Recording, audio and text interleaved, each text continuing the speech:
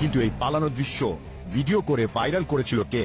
এই প্রশ্নের জবাব খুঁজতে গিয়ে বেরিয়ে এসেছে এমন এক ভয়ঙ্কর সত্য যা শুনলে আপনার গায়ে কাটা দিয়ে উঠবে। শেখ হাসিনা পালিয়ে গেছে, শেখ হাসিনা নাই, শেখ হাসিনা চলে গেছে, শেখ হাসিনা পালায় না। আপনি কি জানেন একটা সাধারণ মোবাইল ভিডিও কিভাবে উন্মোচন করলো বাংলাদেশের ইতিহাসের সবচেয়ে বড় গোয়েন্দা কেলেঙ্কারি? 2024 সালের 5ই অগস্ট ঢাকার রাস্তায় ছাত্র জনতার গর্জন, এক দফা এক দাবি, স্বৈরাচারের পতন। রাজপথে কোটি কোটি মানুষের পদধ্বনি, গন্তব্য একটাই, ফ্যাসিবাদের বাসভবন, গণভবন। আর ঠিক সেই মুহূর্তেই কুর্মিতলা বিমানবন্দর থেকে হেলিকপ্টারে করে পালিয়ে গেলেন শেখ হাসিনা। কিন্তু এই পালানোর দৃশ্য ভিডিও করে ভাইরাল করেছিল কে? এই প্রশ্নের জবাব খুঁজতে গিয়ে বেরিয়ে এসেছে এমন এক ভয়ঙ্কর সত্য যা শুনলে আপনার গায়ে কাটা দিয়ে উঠবে। আজকে জানবো কিভাবে একটা মোবাইল ফোনের ফরেনসিক থেকে ধরা পড়লো ভারতীয় গোয়েন্দা সংস্থা রয়ের পুরো নেটওয়ার্ক, কিভাবে বিমান বাহিনীর ভেতরে বাসা বেঁধেছিল বিদেশি চরেরা, আর কিভাবে একের পর এক গ্রেফতার হলো সেই সব বিশ্বাসঘাতকরা।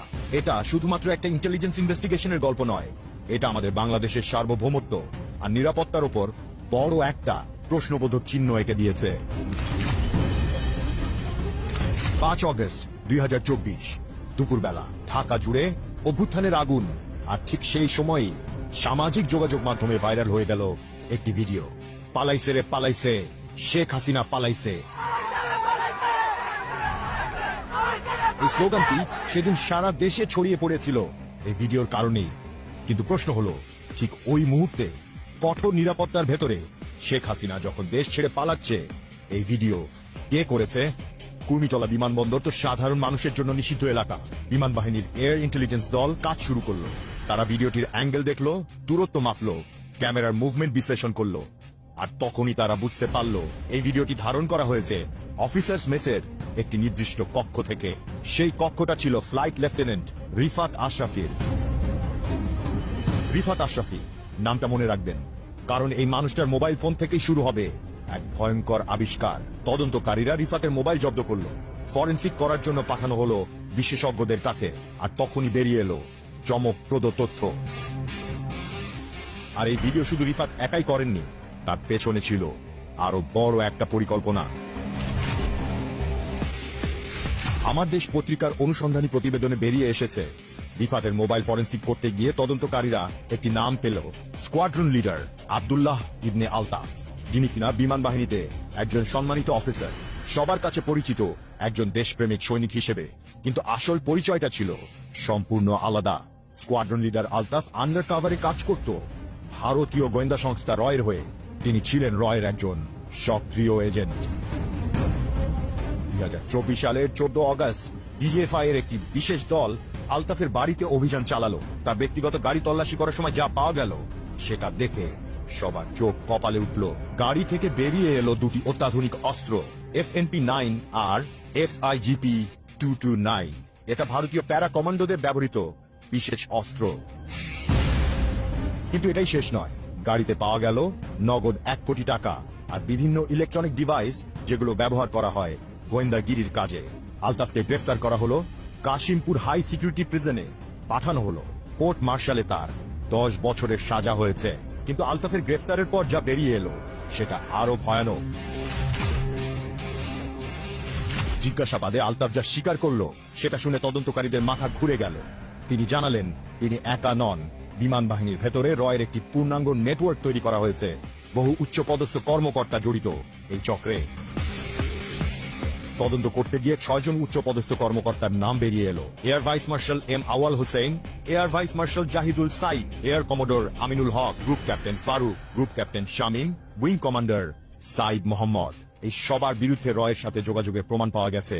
তদন্ত চলছে, সবাইকে বাধ্যতামূলক অবসরে পাঠানো হয়েছে। এখন আসি সব থেকে ইন্টারেস্টিং পার্টে, কিভাবে অফিসারদের জালে ফেলেছিল। তদন্তে জানা গেছে আলতাফ রয়ের কাছ থেকে পেয়েছিলেন একটি ব্র্যান্ড নিউ হুন্ডাই গাড়ি। শুধু তাই নয়, নিয়মিত তার কাছে নারীদের পাঠাতো, প্রভাব আর প্রলোভনে আটকে ফেলতো। এটাই হলো রর কৌশল। প্রথমে প্রলোভন দেখায়, তারপর ব্ল্যাকমেইল করে। কিন্তু এই গোয়েন্দা চক্র শুধু বিমান বাহিনীতেই সীমাবদ্ধ ছিল না।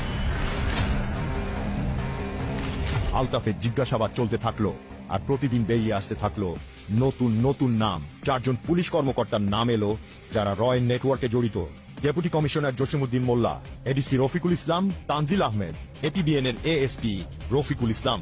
কিন্তু সবচেয়ে বড় ধাক্কা এলো যখন আলতাফের ঘনিষ্ঠ বন্ধুর নাম বেরিয়ে এলো। ডিবির গুলশান জোনের সহকারী পুলিশ কমিশনার ইফতেখার মাহমুদ। ইফতেখারকে গোপনে গ্রেফতার করা হলো। শুরুতে ইফতেখার অস্ত্রসহ হাউস অ্যারেস্ট ছিলেন, পরে গ্রেফতার দেখানো হয়। এই তদন্তের মাধ্যমে একটি ভয়ানক সত্য বেরিয়ে এসেছে। বাংলাদেশের সামরিক কাঠামোর ভেতরে বিদেশি গোয়েন্দা সংস্থার অনুপ্রবেশ এখন আর আশঙ্কা নয়, এটা বাস্তব সত্য। এই পুরো ঘটনাটা শুধু একটা গোয়েন্দা কেলেঙ্কারি নয়, এটা বাংলাদেশের সার্বভৌমত্বের প্রশ্ন। ভাবুন তো, একটি বিদেশি গোয়েন্দা সংস্থা আমাদের সামরিক বাহিনীতে এভাবে ঢুকে পড়েছে, আর তারা আমাদের সকল গোপন তথ্য পেয়ে যাচ্ছে, আমাদের নিরাপত্তা পরিকল্পনা জানছে। এর মানে হলো আমাদের জাতীয় নিরাপত্তা মারাত্মক ঝুঁকিতে ছিল।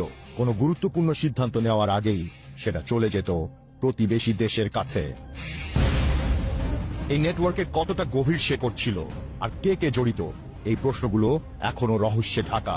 সেনাবাহিনী, ডিজিএফআই আর এয়ার ইন্টেলিজেন্স একসাথে কাজ করছে এই চক্র সম্পূর্ণভাবে ভেঙে দিতে। তারা বার্তা দিয়েছে বাংলাদেশের মাটিতে বিদেশি গোয়েন্দাদের কোনো জায়গা নেই। একটি মোবাইল ভিডিও, একটা ফাঁস হওয়া দৃশ্য, আর তার থেকে বেরিয়ে আসছে একটা গোয়েন্দা চক্র। এই ঘটনা আমাদের চোখে আঙ্গুল দিয়ে দেখিয়ে দিয়েছে যে আধুনিক যুগের যুদ্ধ শুধু সীমান্তে হয় না, সেটা হয় আমাদের ঘরের ভেতরেও। রয়ের এই নেটওয়ার্ক শুধু তথ্য সংগ্রহ করত না, তারা প্রভাব বিস্তারও করত, আমাদের সিদ্ধান্ত গ্রহণ করার প্রক্রিয়ায় হস্তক্ষেপ করত। এটা ছিল এক ধরনের শ্যাডো ওয়ার, যে যুদ্ধে আমরা জানতেই পারি না কে আমাদের বন্ধু আর কে শত্রু। কিন্তু এখন আমরা সতর্ক। এই চক্র ভেঙে দেওয়ার মানে শুধু অপরাধী শনাক্ত নয়, এটা আমাদের স্বাধীনতা আর নিরাপত্তার লড়াই। এই লড়াই এখনো চলছে, কারণ আমাদের দেশের ভেতরে থাকা এই ছায়া শত্রুরা আজও সক্রিয় থাকতে পারে। আজকে যে গল্পটা শুনলেন, এটা একটা সতর্কতার গল্প। একটা মোবাইল ভিডিও কিভাবে উন্মোচন করতে পারে পুরো গোয়েন্দা নেটওয়ার্ক। শেখ হাসিনার পালানোর সেই ভিডিও হয়তো ইতিহাসের মোড় ঘুরিয়ে দিয়েছে, কিন্তু সেই ভিডিও রহস্য উদ্ঘাটন করে আমরা জানতে পেরেছি আরো বড় একটা সত্য, আমাদের দেশের নিরাপত্তা ব্যবস্থায় কতটা গভীরভাবে ঢুকে পড়েছিল বিদেশি গোয়েন্দারা, আর কিভাবে তারা আমাদের সবচেয়ে গুরুত্বপূর্ণ প্রতিষ্ঠানগুলোতে নিজেদের লোক বসিয়েছিল। এই ঘটনা শুধু অতীতের কথা নয়, এটা ভবিষ্যতের জন্য সতর্ক বার্তা। আমাদের সবসময় সজাগ থাকতে হবে, কারণ ছায়া যুদ্ধ কখনো থামে না। ন্যায় বিচার হবে আর আমাদের দেশ এগিয়ে যাবে।